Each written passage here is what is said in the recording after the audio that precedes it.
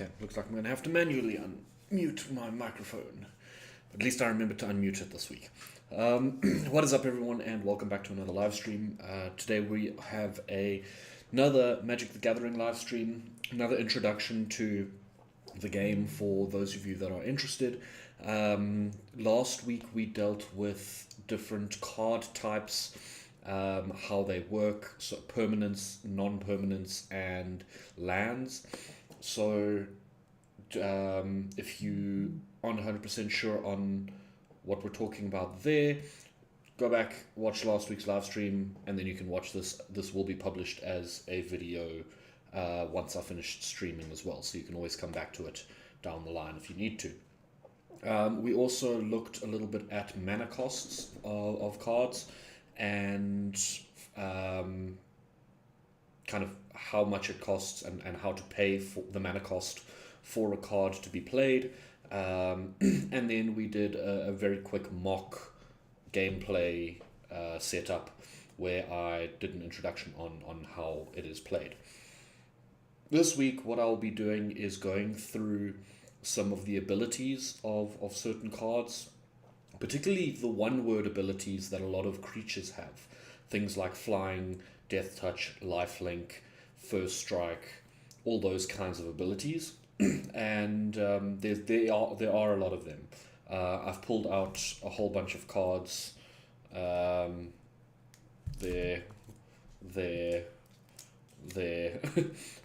with those kinds of one word abilities for us to take a look at this week.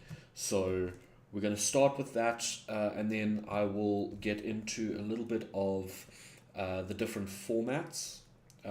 So the different options for formats that you can play, and yeah, depending on what format you're playing, that typically determines one, how big the deck can be that you're playing, and two, the cards that you can use, what versions of cards you can use from what sets. At this point in time, Magic the Gathering, or Wizards of the Coast rather, the parent company that owns Magic the Gathering, the franchise, they're releasing a set almost every 2 months. And so as new sets get released, it phases out old sets, and so certain formats then get updated to only include the newer cards, or some include all the way through to like 5-10 years ago. So depending on what format you're looking at playing determines what cards you can actually play with. So we're gonna swing through and look at the top facing camera, and again, a reminder that we have our 5 different colors, and then we do also have a technically a sixth kind of land, which are wastes, and they produce colorless mana. And that's specifically used for things like Eldrazi, which is a particular creature type, and other cards from the set that the Eldrazi were from. So down the line, we'll talk a little bit about the actual world lore of Magic the Gathering, and the concept behind the planeswalkers interacting with the planes, where you've got different types of magic that are kind of being utilized, different creature types, different mechanics in the actual cards themselves. We'll look at a whole lot of that down the line, but that I think is for another day. So yeah, just a reminder that there are these 5 different colors. And so a lot of what we're going to be looking at is the cards that I showed last week from my mono black deck, and going through a lot of these one word abilities. I'm actually going to just zoom this in a little more. There we go, that's a little bit better. Okay, and so yeah, we're going to be looking at a lot of these one-word abilities. Let's just spread these out a little so we can shift some of those over, just making sure that you guys can see as much of this as possible. Okay, those we'll put to the side. We'll come back to those. Okay, so um, I'm going to start with Rankle. Okay, so again, just as a refresher from last week, so we have the card's name up at the top, its mana cost over there, so its converted mana cost would be 4, so 2 of any color, and then 2 black, and then we have the card type over here, and so because it is a creature, we then have the creature type next to it, so it is a fairy rogue. And then we have its ability text box down below with power and toughness at the very bottom. And I will down the line also talk about these particular symbols, which they are basically there to represent what set this particular card is from. So this one in particular is from Throne of Eldraine. This one here, Cryptghast, was from Gatecrash. Taurak Dread Cantor is from Modern Horizons 2. I know this set symbol is from round about the time that All Will Be One came out. It's Multiverse Legends. That's it. So this set is kind of a recurring one, and they keep releasing cool like artwork variations of cards as alternative variations as part of the Multiverse Legends set. This one, I can't actually remember what set this is offhand. It's from 2007. Yeah, if you can identify that symbol straight away, let me know down in the comments below once this video is posted. And then this one is Ixalan, one of the Ixalan sets. Can't remember exactly which Ixalan set. But I know, yeah, it's from 2018, so that much I do know. Okay, so those are the symbols for the different sets. And depending on what color, so as you can see, this one is like a reddy color, whereas this one is a gold.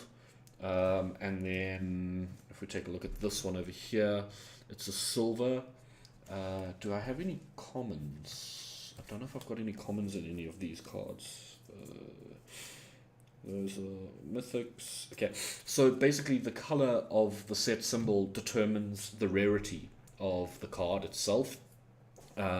So obviously your mythics are regarded as your most rare, and then you've got the gold. So the red color is mythic, the gold is rare, the silver is uncommon, and then black and white. Oh wait, I can use the lands that I had earlier.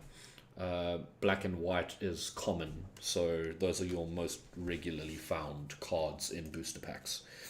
Okay. So getting back to those one-word abilities, okay, we were going to start with Rankle. If you take a look here, he has Flying and Haste. Okay, so as we discussed last week when we did the mock game that we started playing at the end of the video, or at the end of the stream, haste is something, it's an ability that essentially bypasses what's known as summoning sickness. So creatures, the turn that they enter the battlefield, aren't able to attack. So they're only able to attack the second turn of yours that they've been in play. Or alternatively, and we'll see there is another ability in one of these cards, one of those one-word abilities, that is called Flash. So Flash means that it's essentially, it gives the card the ability of an instant. So you can play it at instant speed, meaning you can play it at any time of the game. So if you play a creature with Flash during your opponent's turn, the next turn of yours, that creature would be able to attack. So it's whatever is the next turn after it, next turn of yours after it enters the battlefield is the first turn that it is allowed to attack, unless it has this ability called Haste. So the turn that it enters the battlefield, If it has haste, it means that it can attack straight away. You don't have to worry about that ability, Summoning Sickness, or that entering the battlefield effect called Summoning Sickness. And then we have Flying. Okay, so logically, a lot of the creatures that you would think that would be able to fly, like fairies, dragons, angels, demons, some vampires, they are all a lot of them have this ability, Flying, and what that means is they can only be blocked by another creature that has flying. So if you have something flying in the air, logically the only thing that would be able to get to it is either something very tall or something else that's in the air flying. So when we talk about those things that are very tall, we then come to the likes of the ability called Reach. Okay, so this is a Sweet Gum Recluse, it's a spider, and most spiders have this ability called Reach. Okay, obviously spiders like to build their webs high up, out of the way, and so most spiders have this Reach ability. Reach is the only other one-word ability that allows a creature to block a creature with flying. So creatures with flying can only block, or be blocked rather, when they attack. They can only be blocked by another creature with flying or a creature with Reach. Okay, so those are our first two one-word abilities, Haste and Flying. Okay, moving on, I would like to do Trample next. So this is our Phyrexian Obliterator, and you see he has an ability called Trample. Okay, so as I mentioned last week, these one-word abilities, they used to be printed with explanation text in italic next to it. But as those abilities used to get more and more frequently used, that italic text got removed from being next to those regularly used abilities. So your older cards, you'll still find have those one-word ability explanations. Like this one, Stronghold Rats has the explanation for what Shadow does, but that's not always the case, and that's why I'm doing this explanation videos, to help people that are new to Magic be able to identify these one-word abilities that might not have that explanation text next to them. So, a Phyrexian Obliterator has this ability called Trample. Now, your very big creatures, you find often your dinosaurs, your behemoths, they all have this ability called Trample. And basically what it means is if it would deal enough damage to a creature that's blocking it, to basically kill it, you could then allocate that excess damage to your opponent instead. Okay, so if I were to block Phyrexian Obliterator, so he's got 5 power, 5 toughness, if I were to block him with my Cryptghast, okay, Cryptghast is a 2/2, okay, so he would deal 5 damage to Cryptghast's 2 toughness, so that is more than enough to kill Cryptghast. So it's enough to deal that 2 damage, kill it, and so the excess, that 3 extra damage, you can then choose to assign to your opponent. So they would then take that damage as direct combat damage to their life total. Okay, so that's what Trample does. It deals any excess damage to your opponent directly. And then let's take a look at Tergrid. Got a fright, so we looked at this card last week. Tergrid has an ability called Menace. Menace is an ability that basically says a creature with Menace can only be blocked by 2 or more creatures. So if I only had Cryptghast on the battlefield that I could block with, and my opponent attacks me with Tergrid, okay, I don't have enough creatures to block it because it's got Menace. I would need 2 or more creatures. So I would need at least Cryptghast and Stronghold Rats and Torak to be able to block, because I would need minimum 2 creatures to block a creature with menace. Okay. Up next, we'll take a look at Shadow. Okay, so Stronghold Rats, we're lucky enough, has that abilities description in italics next to it, and it says that this creature can only block or be blocked by creatures with Shadow. Okay, so only another creature that has Shadow can block an attack from Stronghold Rats, and vice versa. Stronghold Rats can only block another creature that has Shadow. If I were to attack with Phyrexian Obliterator, okay, and my opponent had a Stronghold Rats out, because Phyrexian Obliterator doesn't have Shadow, Stronghold Rats can't block it. Okay. Up next, we have, what's our next ability? Let's take a look at Cryptghast's Extort ability. Again, we're lucky enough that it has the ability described in italics here. But what Extort does is whenever you cast a spell, you may pay either, so if you could take a look at that symbol, it's got white and black. Okay, so that gives you the option to choose. Do you want to pay 1 white or do you want to pay 1 black? Okay. And if you do, then each opponent loses 1 life and you gain that much life.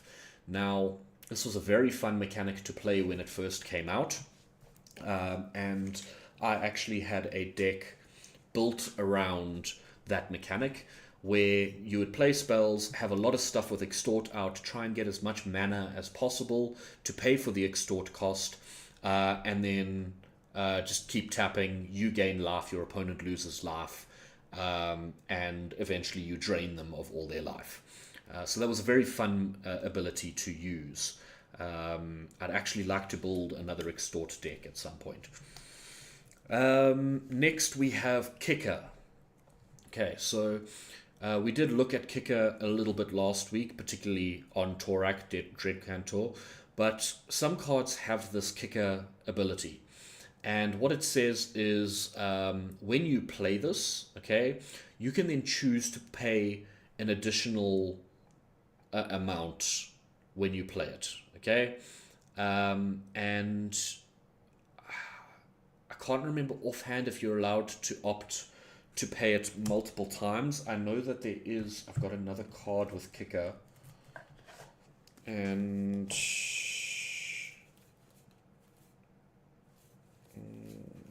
one of my mana rocks.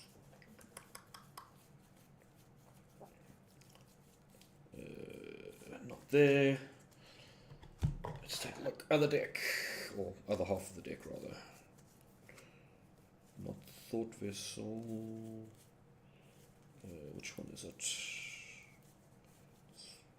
Not Charcoal Diamond.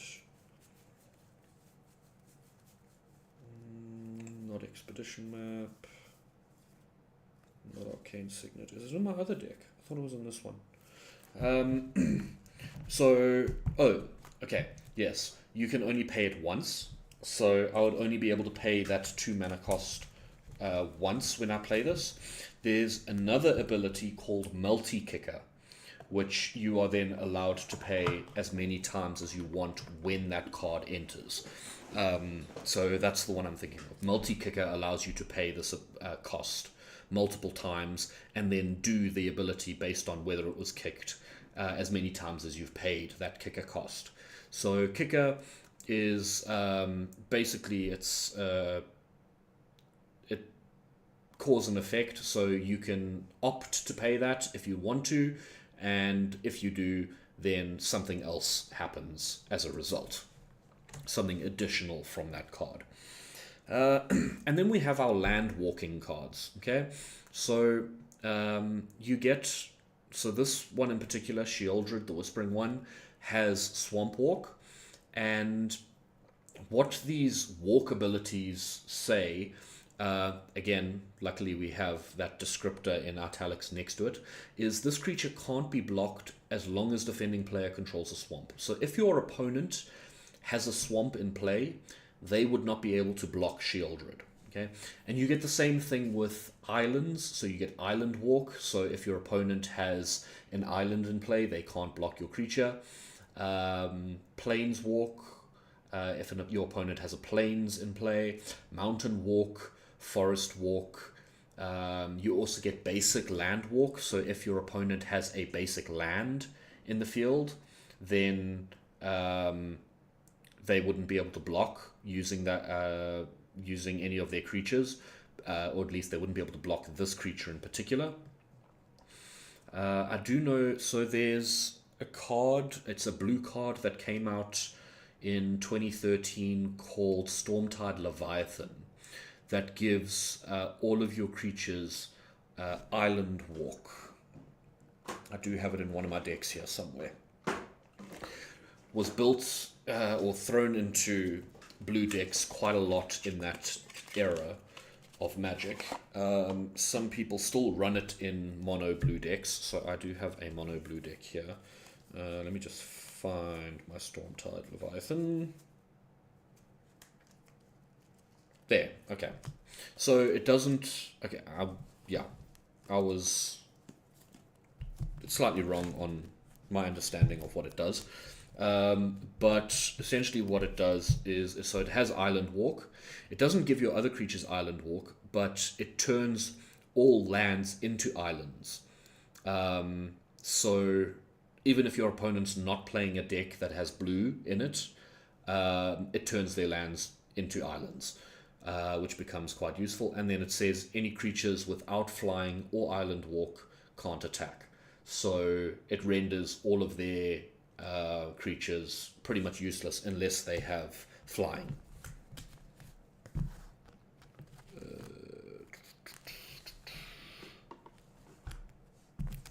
I have lost my commander for this deck now.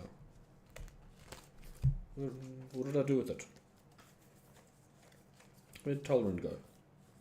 I think I put things back together wrong.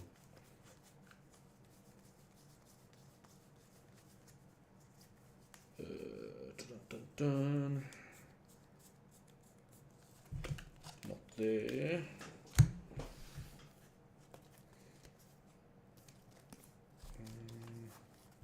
There, Talrand. Cool. Yeah, I just put those cards back together wrong. Okay.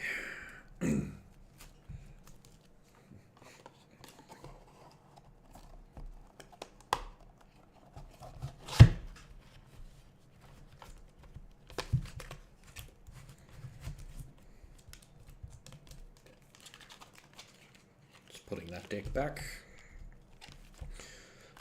Okay, and then the last card from this deck in particular, with the one-word ability that I want to demo, is Ascend. Okay, so this is an ability that came out in Ixalan, and it's around receiving what's known as the City's Blessing. Okay, so you get the City's Blessing if you control 10 or more permanents, meaning if you have 5 lands, 3 creatures, and 2 enchantments out on the battlefield, that's 10 permanents, you would then get the City's Blessing. Now, I've got a copy of the City's Blessing here. Okay, so what it does is, once you have ascended to the highest temple of Orazca, the power of the Immortal Sun is yours to wield. So then you have cards that give extra buffs to you as a player, depending on whether or not you have the City's Blessing. So instant, okay. Each opponent sacrifices a creature, or if you have the City's Blessing, instead each opponent sacrifices half the creatures he or she controls rounded up. So it has one ability, but if you have the City's Blessing, it does something more powerful. Okay, so that's how the Ascend ability works. Let's just put these back.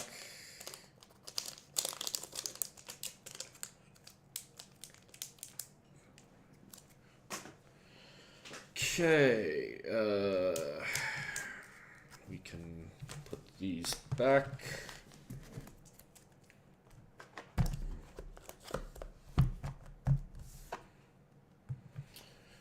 Okay, moving on to the next set of creatures that have abilities. Okay, I can actually remove this one. So this one was the one that I was going to use to show you guys flying, but I've already displayed that with Rankle. So I'm not going to explain that again because I have already explained it.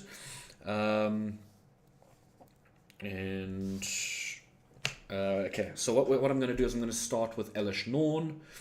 Okay, so her ability here, Vigilance. Okay, that ability in particular means that when you attack with this creature, it doesn't tap to attack. Okay, so like we did in the demo game that I did last week at the end of the stream, when you attack with a creature, you have to turn it sideways to tap it to show that you have used it. So either used it for an ability. I don't have any with tap abilities here at the moment. Oh, actually, no, that's a lie. I do. Ignoble Hierarch. So this creature has tap it, so turn it sideways. And once you do, you get one of the following. So you get 1 mana of either black, red, or green.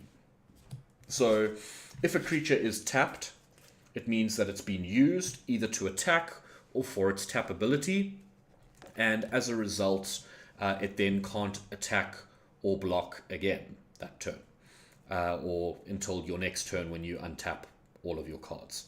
Okay, so creatures with Vigilance don't tap to attack. Okay, very useful because it means that you can attack with it this turn, and then when it's your opponent's turn next turn, and they choose to attack, you can use it to block with as well. Up next, we have Aketra the True, and she's got 2 abilities, Double Strike and Indestructible. Okay, so Double Strike, as it says, it deals damage twice.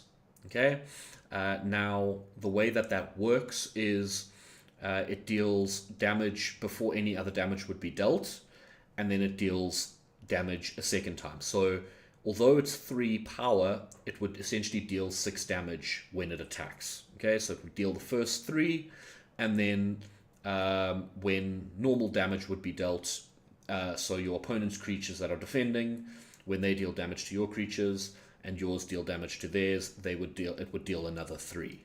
Okay, and then Indestructible is any amount of damage that would be enough to kill Aketra doesn't kill it, and any effects that say destroy won't affect Aketra. So it becomes quite useful. The only way to really deal with an indestructible creature is either to exile it or to give it -1/-1 counters. So an infect deck would work very well against an indestructible creature. Okay, up next we have the ability Training. Okay, and Training is, as far as I'm aware, a relatively new ability. When I say relatively new, I'd say probably in the last 10 years, thereabouts. But what Training does is when you attack with a creature with Training and another creature that has higher power or toughness, then you can put a +1/+1 counter on the creature that has Training. So if I were to attack with Hopeful Initiate and Aketra, okay, so because Aketra has 3 power and Hopeful Initiate only has 1, Aketra is stronger. I'm attacking with both. Because of Training, I would be able to put a +1/+1 counter on Hopeful Initiate, making it stronger. We spoke about +1/+1 counters last week. They are permanent buffs to your creatures. So a +1/+1 counter would push Hopeful Initiate's power and toughness up to a 2/3. Okay? And so next turn, when I attack, okay, if I attack with both of these again, Hopeful Initiate is now a 2/3. Aketra is a 3/6. 3 is higher than the 2, so it gets another +1/+1 counter. The following turn when I attack, 6 is higher than, so Hopeful Initiate would then be on 4. So 6 is higher than 4. Hopeful Initiate would get another +1/+1 counter. And it's a way of making your creatures stronger over time. as long as you have something more powerful that you're attacking with at the same time. And then we come to one of my favorite one-word abilities, and that is Infect. Currently, I have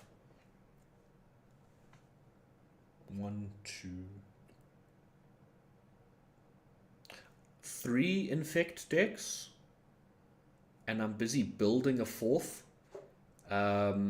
So yeah, you can probably tell that it is one of my favorite mechanics. And the way that Infect works, okay, is this creature deals damage to other creatures in the form of -1/-1 counters. So those are permanently weakening your opponent's creatures, and to players in the form of poison counters. Okay, so the way poison counters work is if you end up with 10 or more poison counters, you automatically lose the game, regardless of how much life you have left, regardless of how many cards you have left in your deck. Okay, so it's a nice quick way of getting rid of your opponents by dealing poison damage to them. Okay, that's why I like Infect. It's a very fun mechanic to play. For the person playing it, not for the person that is having to deal with it as an effect that they're playing against.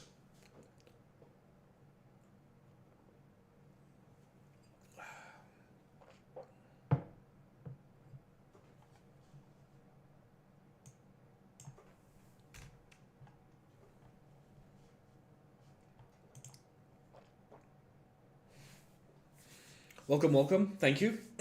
Are you new to Magic or just something that you're interested in? Yeah, good to have you either way.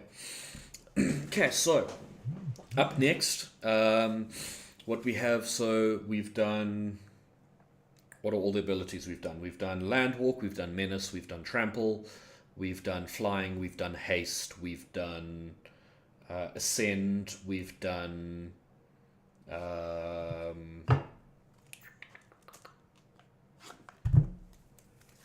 Ascend, Swamp Walk, Flying, Haste, Trample, Kicker, Extort, and Shadow.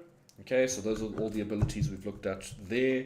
And then we've looked at Vigilance, Training, Double Strike, Indestructible, and Infect. So the next ability we're going to be looking at is one that I mentioned earlier, and that's one called Flash.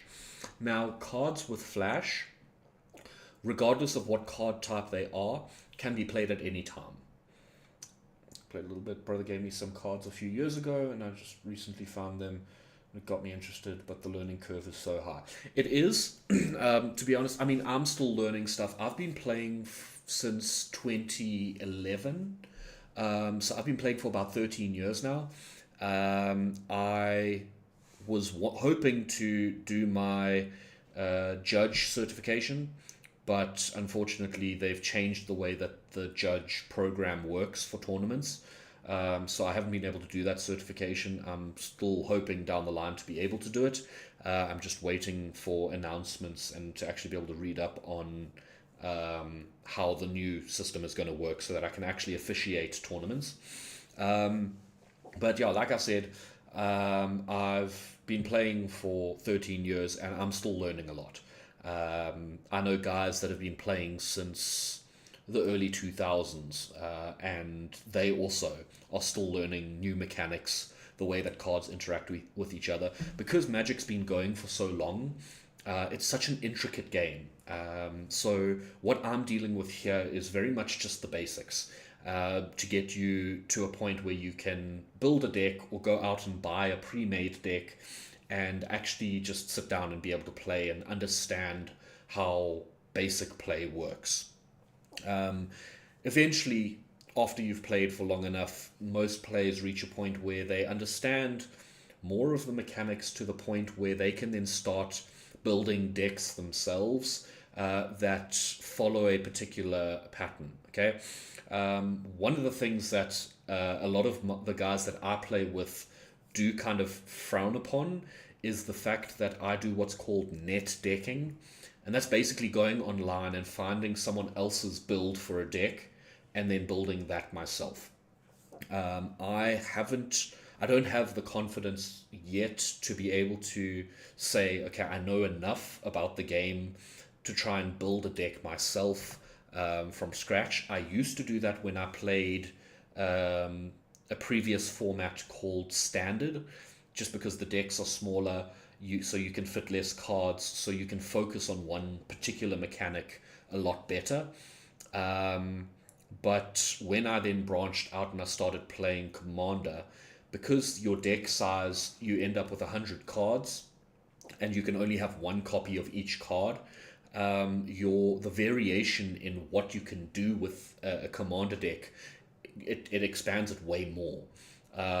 And so, like, if I went back to playing standard or modern, because they're 60 card decks, they're smaller, I could probably build a standard or modern deck. But I don't have enough confidence in my deck building abilities to be able to build uh, a well rounded commander deck. So maybe down the line, what I typically do is I will find a build online and take a look at it, see if I've got something that I feel might work slightly better in that deck that follows the same kind of mechanic. So, for example, if we take a look at Lost Leonin, so in an Infect deck, I might look for something that is slightly lower mana cost so I can get it out quicker. Um, but other than that, I kind of stick to builds that other people have tried and tested and that I know work well. It is also fairly difficult for me just because I'm looking at building, I'm aiming to build what's known as the 32. So it's 32 different decks, and basically they're decks of each color combination. So I think I'm currently sitting on at about just under 15 different decks. Three of them are kind of in pieces at the moment. No, four of them are in pieces at the moment that I'm still busy building. And so I've started with the five basic colors. So white, blue, black, red, and green. Okay, so I've got they're known as mono decks. I've built those.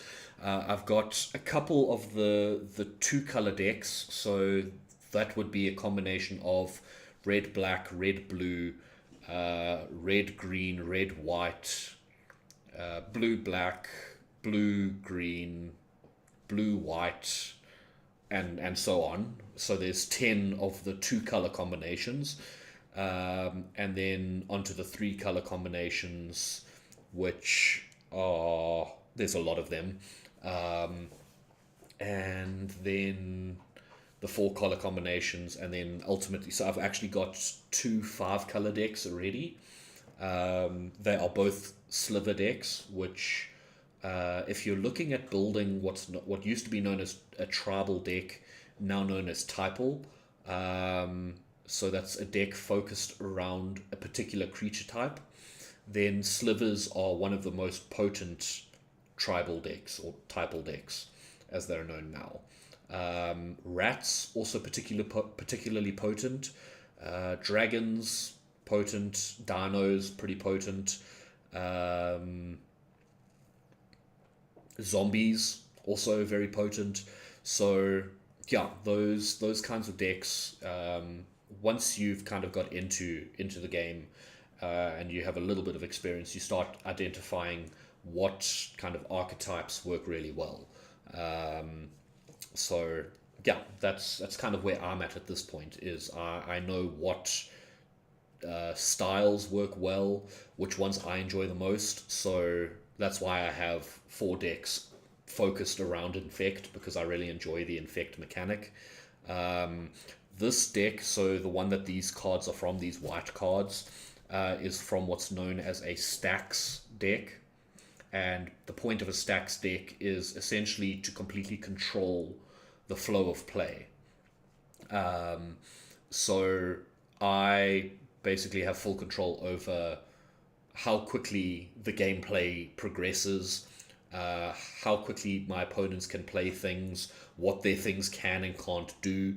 Um, and I've actually really enjoyed playing this deck. I really enjoyed building it.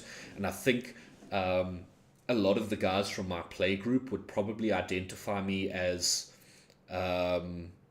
someone who builds very salt-worthy decks. Decks that a lot of people hate that kind of deck. And I've made a point of, even if I'm building that type of deck, salt-worthy, yes. So even if I'm building that kind of deck, I try and make sure that it's not overly toxic, because that's just not fun. Most of the guys I play casual Magic. Okay, I'm not playing competitively. So while I do like to follow a particular play style or particular mechanic in the decks that I play, I don't want them to be ridiculously overpowered, so I remove the fun for everyone else. I throw in a little bit of salt here and there, just to keep things interesting, but for the most part, I will keep the salt to a minimum if I can. That being said, I am in the process of building a competitive deck. So there's two different formats in Commander. You've got Casual Commander, which most of the guys I play with play casual, and then you have Competitive Commander. So that's known as CEDH. And so the actual term for Commander is EDH, and that comes from Elder Dragon Highlander. And the original Commander decks were built and structured around what was known as the Elder Dragons. So yeah, I'm wanting to build a Commander deck that is designed for competitive. And just to give you guys an example, an idea of how that would work, if we go to my mana box decks, it's one of my 3-color decks.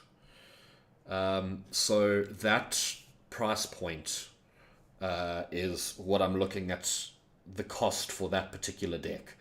Thankfully, I've got, so that if I buy the cheapest versions of those cards, then I'm looking at paying about 75 to 80,000 rand for all those cards that I'm needing. Thankfully, I've got a few of them already. But if I'm wanting to buy the particular artwork versions of the cards that I want, so for example, let's show you guys. So Chrome Mox, for example. I really like this particular artwork, but there's a far cheaper version. So the artwork that I'm looking at is the Color Dish Inventions version. I mean, it's sitting at 11,000 rand for that particular card.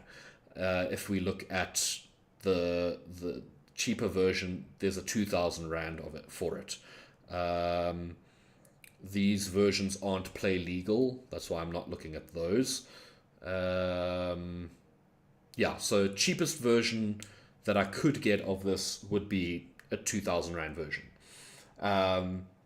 So yeah, the cards themselves, these particular versions that I wanted to get, this one as well, so Felwar Stone. The version that I want is a 54 rand card, whereas the cheaper version you're looking at 14 rand. So it's just because I like these particular artworks for some of these. I mean, look at that. That Jeweled Lotus is stunning compared to like, I mean, the artwork on that is pretty cool, sure, but I far prefer that. The reason why those aren't play legal, so I don't know if my camera's going to pick it up, but if you take a look at those pictures there, you'll see that the borders are gold. So the border there is a black bordered card, and I think, no, there aren't any white bordered versions of this.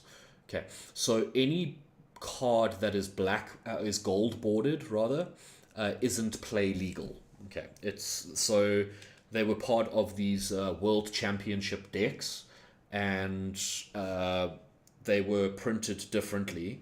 So if I just quickly hop across to, let me go and grab my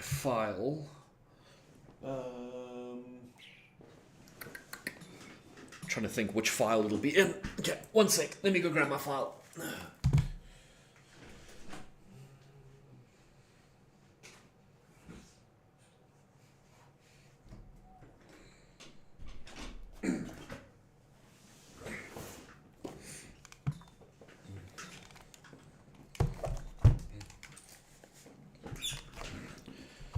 Okay. I know I have a white card that is gold bordered. How's it here? Yes, I'm getting out the file. Go away. I'm explaining. I'm having fun. No, it's further along. I think it's sorcery, so it'll be further along in the file. Yeah, there we go. Okay, so I've actually got two gold bordered cards here. So the one is Akroma's Vengeance, and the other is Wrath of God. And so if you take a look at the back, they actually have a different backing to what your normal Magic cards do. So this is what the normal back would look like of a Magic card. They were printed with a different backing because they were specifically printed as the World Championship decks. So unfortunately, yeah, those cards aren't playable. And then you do also have lists of cards. Yeah, they're more like collector's items. So the championship deck that those came out of would be worth about 1,000 Rand. Those particular cards, the actual play legal versions, so the black bordered variants of them, those are kind of a couple 100 Rand for those cards. So yeah, they are kind of more collector's items, but because they're not play legal, they aren't as valuable as the ones that you can actually play. Okay, getting back to our one-word abilities. So I spoke a little bit about Flash earlier, and going back to what I spoke about last week, so like instance, you can play at any time in the game. During your turn, during your opponent's turn, during any particular set. Just need to reset that. There we go, cool. And so Flash gives other cards that same ability that instants have. You can play them at any time during the game, and they come in. So during your opponent's attack step, you might play something with Flash. It comes in, you then have something that's untapped, you can block with it straight away. Very useful mechanic there. And then we have protection. So protection basically means that spells of that particular nature can't affect this card. So in this instance, this card has protection from black and from red. So any card that has black or red in its color scheme can't affect this card.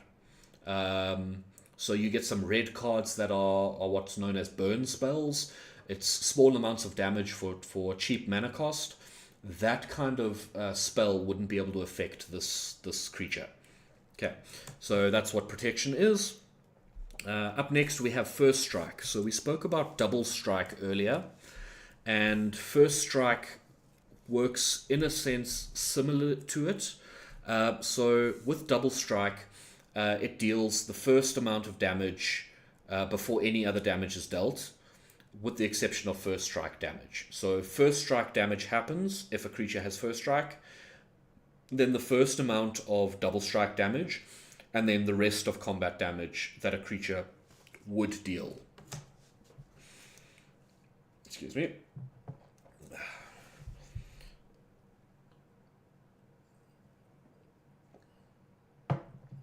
Okay, up next, we have Toxic. Toxic works very similar. No? What's no, Shahir?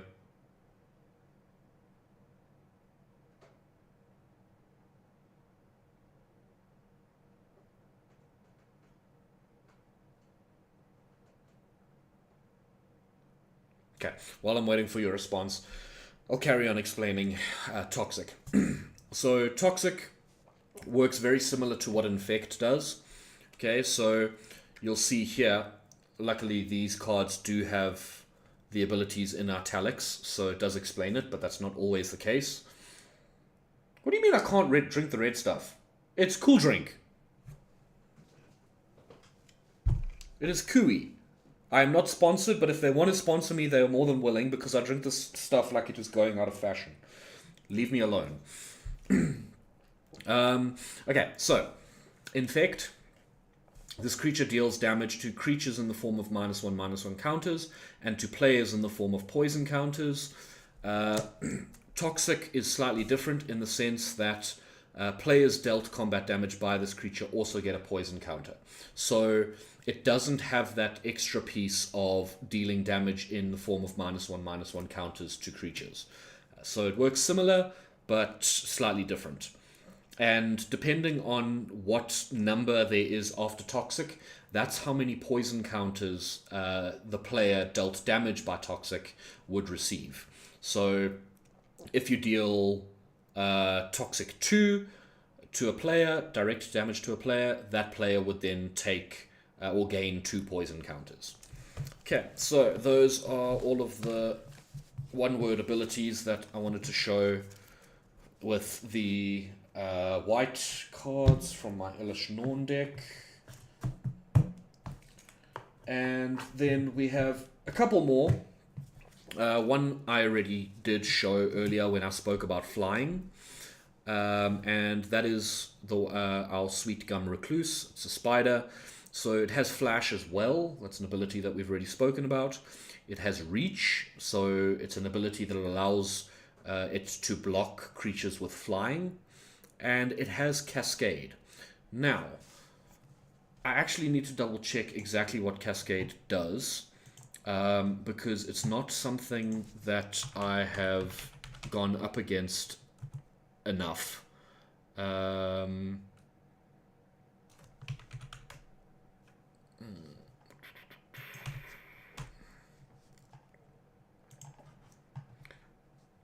Okay. I just want to make sure that I'm explaining it correctly to you guys.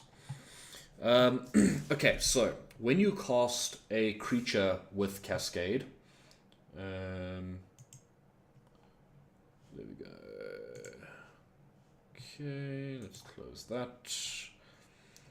Okay, so when you cast a spell with Cascade, you then exile cards from the top of your library until you exile a non-land card whose mana value is less than the spell's mana value. Okay, so less than this. You may then cast that card without paying its mana cost if the resulting spell's mana value is less than this spell's mana value. Then put all cards exiled this way that weren't cast on the bottom of your library in a random order. So this mechanic in particular is a relatively complex one, particularly for one of these one-word ability mechanics. And so the way that it works is when you play this card, okay, you then start revealing cards from the top of your library, so from the top of your deck, until you reveal a card that isn't a land, but also has a lower mana cost than what you've just played. Okay. You can then play that card for free, and the rest of the cards that you don't play, the other ones that you've exiled from the top of your library, those go to the bottom of your library. So you don't lose those cards from your deck while you're playing, but it means that they're no longer at the top, unfortunately. Okay. This one, again, I need to actually double check this mechanic because it's not one that I use very often.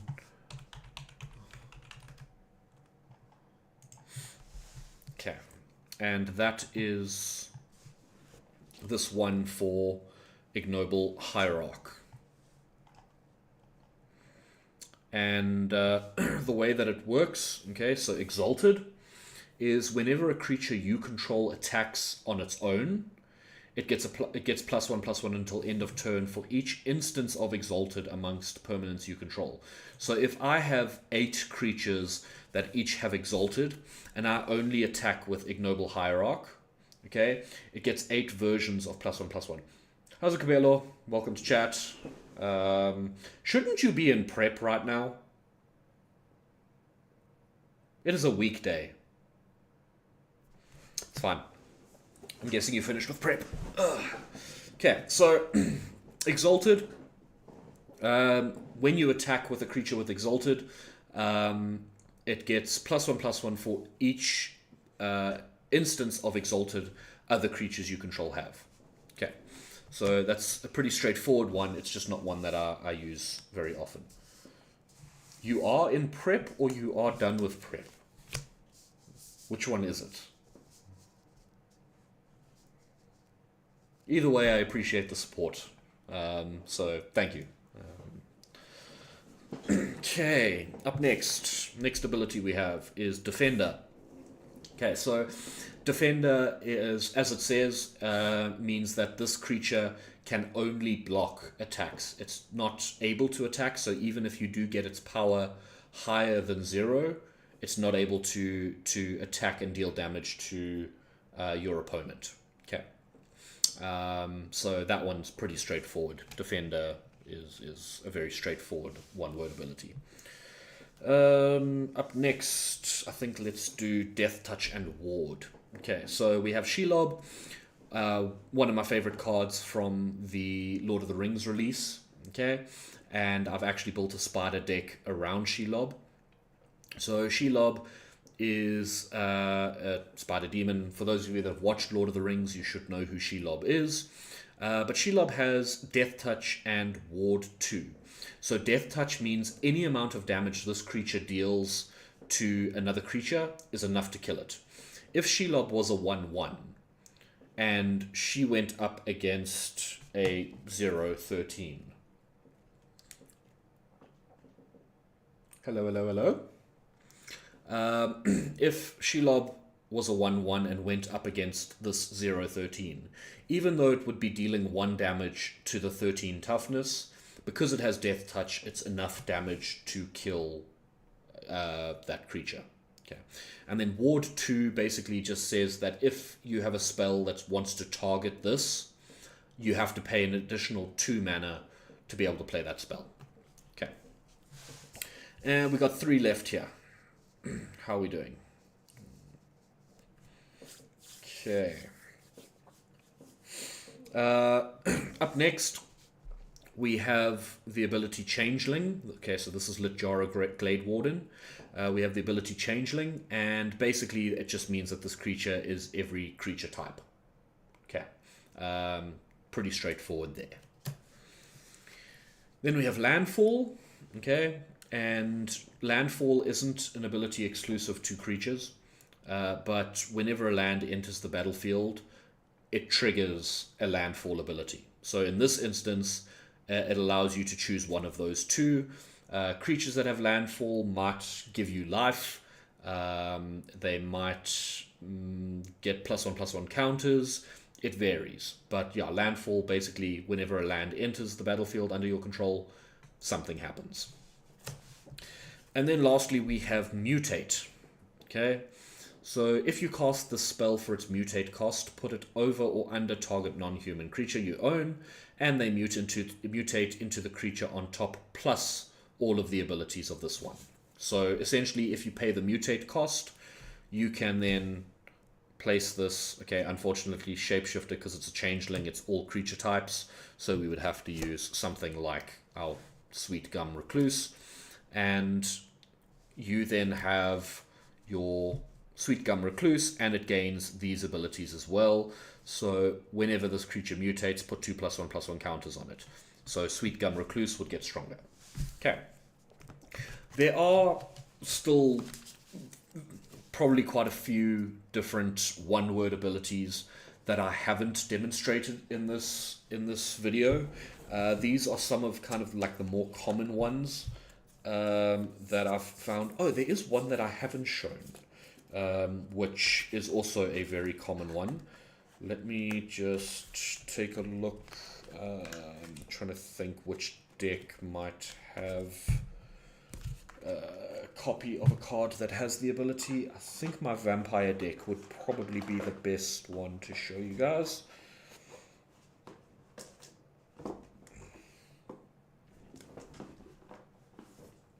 Okay.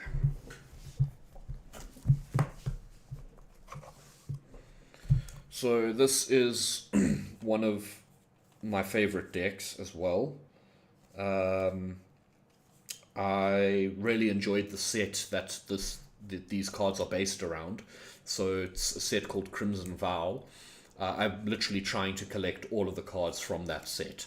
So it's taking some time. But yeah, this deck is vampire themed. It's built around only vampire creatures in this deck, and they do some fun things. There, Lifelink. Okay. So this ability here, Lifelink, means that any damage that this creature deals, you gain that much life. So its base power and toughness, it's a 2/2. So if it deals 2 damage, then you would gain 2 life as a player. So it gains you life back. The focus of this deck is basically to gain as much life as possible and make your opponents lose life as quickly as possible. So, for example, here, whenever you gain life, target opponent loses that much life. Whenever an opponent, whenever you create or sacrifice a token, each opponent loses 1 life. And the way that my commander works is sacrifice another. Whenever you play a vampire, you get a blood token. So I'm getting blood tokens consistently from playing vampires, and then sacrificing those. So if I create or sacrifice 1, each opponent loses 1 life. So I'm just kind of bleeding them of all their life. Really fun deck to play. But yeah, I built it specifically because I enjoy the vampire mechanic. So I mentioned that I am collecting all of the cards from that set, the Crimson Vow set. I'm actually going to go grab that file quickly to show you guys.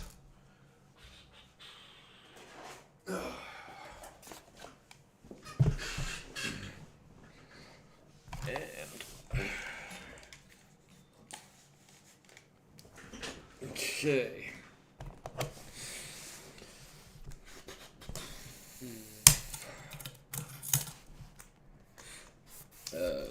How am I going to do this? I'm probably going to have to zoom out. There we go. Okay. So I started off, I'm collecting the art cards that came with all the set boosters.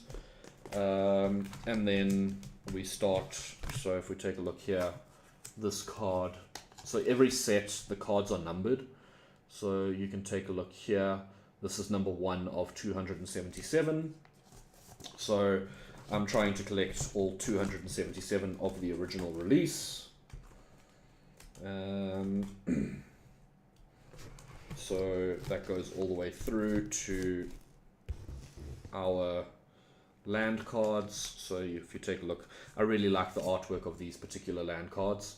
But if you take a look here, so that is number 277 of 277.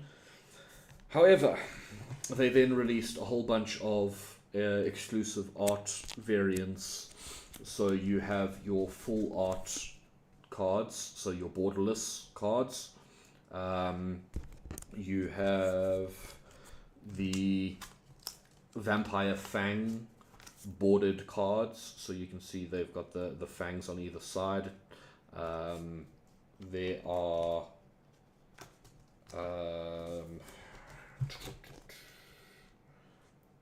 so the Vampire Fang bordered. Then there are these black and white versions, so you can see it doesn't have a number out of 277, but it's 318 from this particular set. And then we have, okay, so there's some more of the black and white ones. 25. So this one is a foil version of the black and white, so you can see the shine there. Okay, and that is 325. But then we have the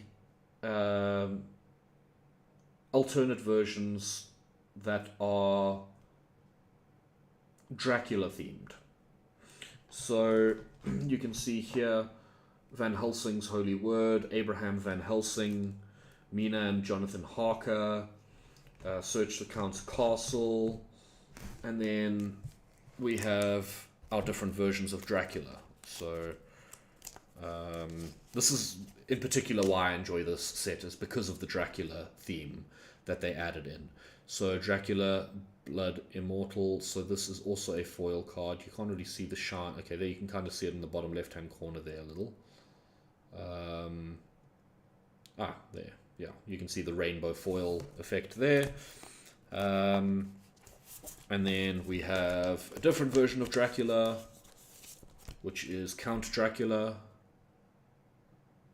And I love the artworks on these ones.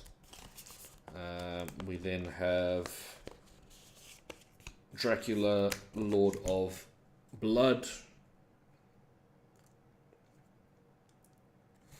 And we have Dracula, the Voyager.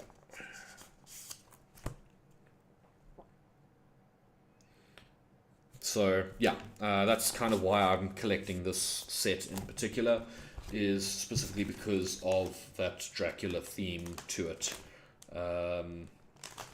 So yeah. I'm collecting this set. I'm collecting the Lord of the Rings set, which I've completed way more of. That one is a little more exciting for me. Yeah, so there's an Assassin's Creed set that's just come out, so I'm sure you guys, those of you that have been watching my streams recently, you'll know that I enjoy Assassin's Creed. So I want to get a complete file of all the cards from that set. And then next year there is a Marvel set that is coming out. So I'm really excited for that as well. I'm a very big fan of Marvel Comics. So there's some exciting stuff coming out. But I think we're going to end it there. I think I'll leave explaining the types of formats that you can play. So standard, modern, commander, historic, pauper. I'll explain all of those different types of formats next time. So next week, Wednesday, we'll do another midweek Magic stream. And hopefully wrap up a lot of all the basic stuff for Magic the Gathering. So I hope you guys have enjoyed today's stream. Thank you for everyone that joined and dropped messages in the chat. It's been great having you guys. And I will see you on Friday. I will not be doing a live stream. Unfortunately, I will be breaking my consecutive record of Assassin's Creed live stream every Friday for the last 3 months almost.